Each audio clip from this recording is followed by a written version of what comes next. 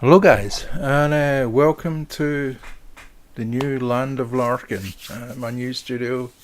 It's well under construction, things are going forward and sounding good in here, and I've got so much space outside. Can't wait to get the live room up and running and get some people in here recording. So if anybody is interested in doing any recording, please don't hesitate to send me a PM via Facebook or via YouTube. I've noticed some people sending me emails via my website.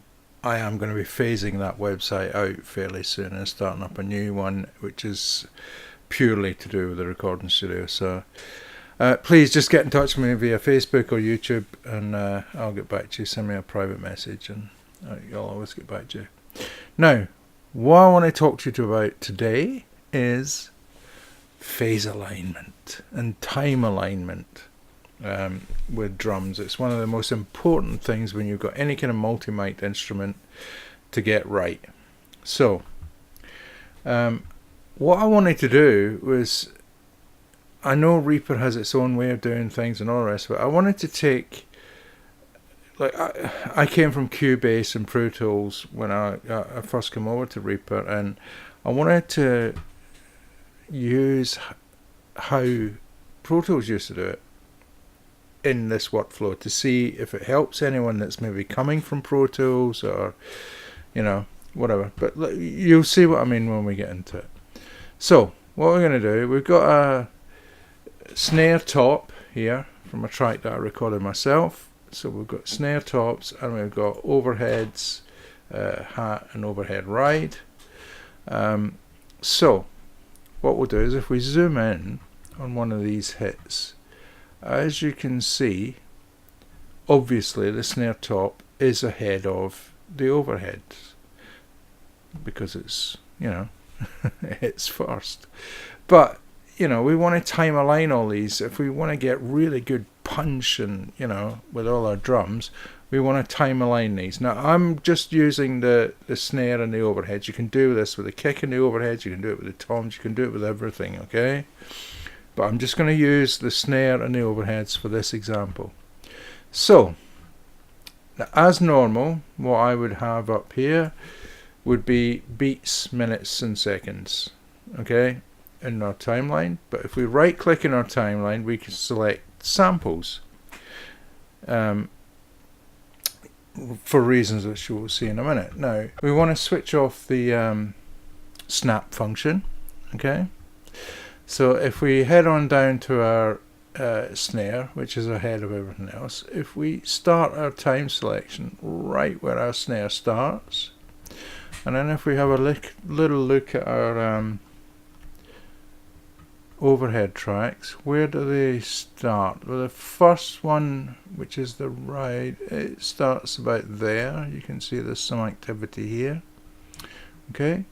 Now, by selecting the samples up here in our timeline, if we look down here, we now have on this far right corner the amount of samples that is involved in that time selection, okay?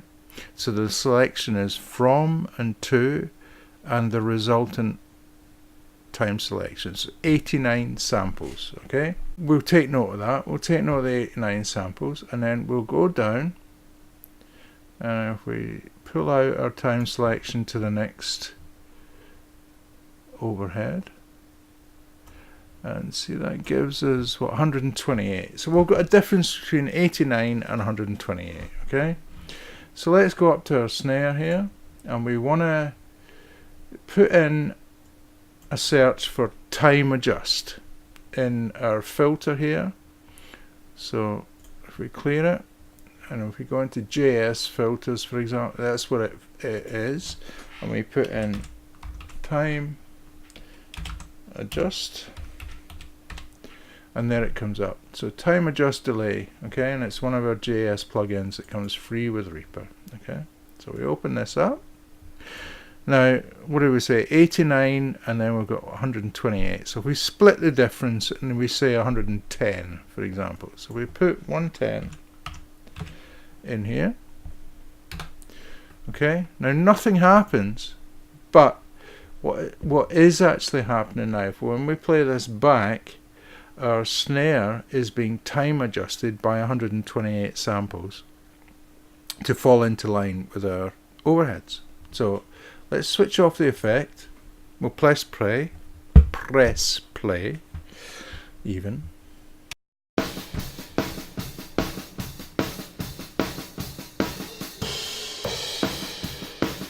We're going to bring it in.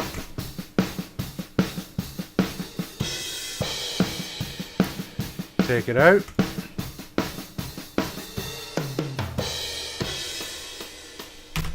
Now, I hope you heard that, because that was a huge difference. There was so much middle and body came back into the snare there as it was time aligned again.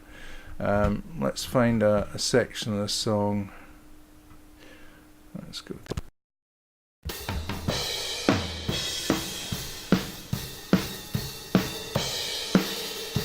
Now,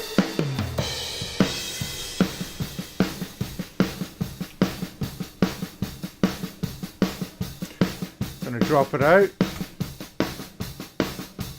Gets really thin. Bring it back in. You can hear that body come in. Okay, so these are the kind of things that it's really important to look at when you're mixing your drums, is to get these kind of phase alignments. You heard how much body came back in there with that, the snare, and you think about how much that will accumulate over the rest of your drums. So there you go, guys, just a little quick hint and a little quick tip, and something to think about when you're mixing your drums. Make sure everything's time aligned and phase aligned. Even if you line up the time, make sure they're in phase. You know, bottom snare drum mics to the top snare drum mic will need to be phase aligned. So just think about these things. Okay, guys. Cheers. See you next time. Bye.